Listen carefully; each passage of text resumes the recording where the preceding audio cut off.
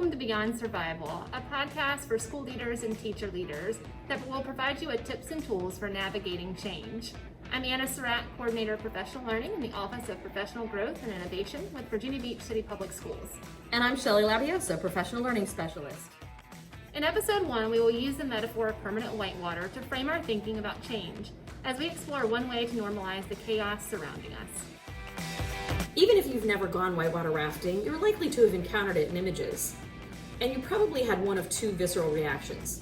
Either you shudder in fear or your eyes light up. There seems to be no in between.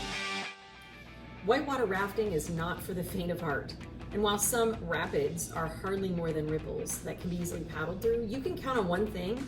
If you stay on that river long enough, you will eventually encounter whitewater. If you're not mentally prepared and logistically equipped, things can get tricky really fast and can even be quite dangerous. I remember my first rafting trip.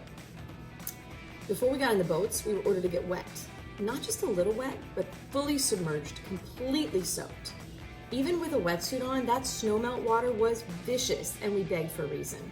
Our guide explained it this way. If we simply climb into the boats and head down the river, our focus will be on worrying about getting splashed, or worse, falling out of the boat and getting soaked.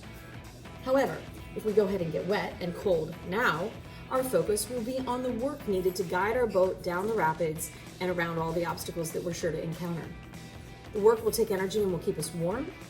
And if we do get splashed or dumped, it wouldn't be that big of a deal because we're already wet. I really appreciate that metaphor of permanent whitewater that you just shared with us, because I think to some degree we all kind of feel like we were just teleported from a canoe on a glassy lake and dropped into Class 6 rapids and told to figure it out. In case you're not familiar with rapids and how they're named, Class 6 rapids are actually those that are best left to Olympic paddlers. But the lesson here is this: we were actually never on that glassy lake. It was a few exits back. We've actually always been on this river, and we've just entered into a higher class of rapids. The good thing is, we're already wet, and so now the work is really about how we navigate through those rapids, which for now seem fairly permanent. While you might feel unsteady, two things are certain. One, you are logistically equipped. You have the basics to make the trip. You have the lingo, the paddles, the life vests, and the team.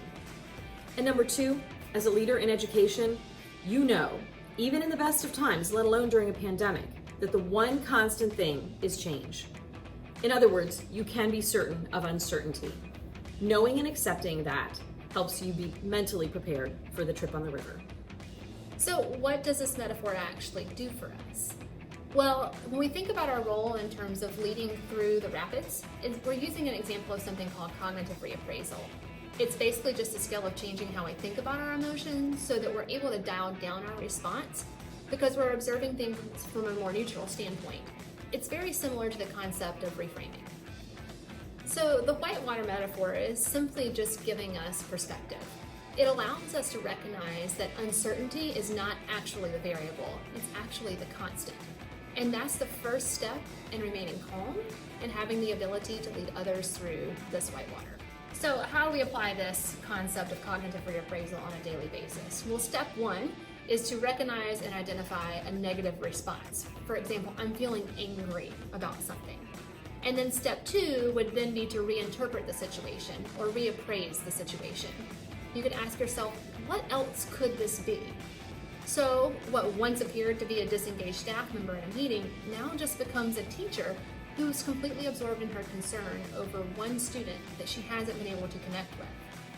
At the end of the day, it's important to remember why you chose whitewater rafting over canoeing in the first place.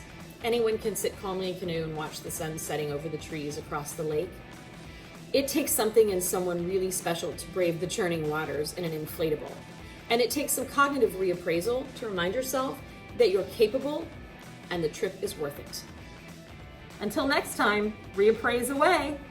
I hope you'll join us for episode 2, where we will continue with this metaphor of permanent whitewater, and we'll be discussing how to read the waters.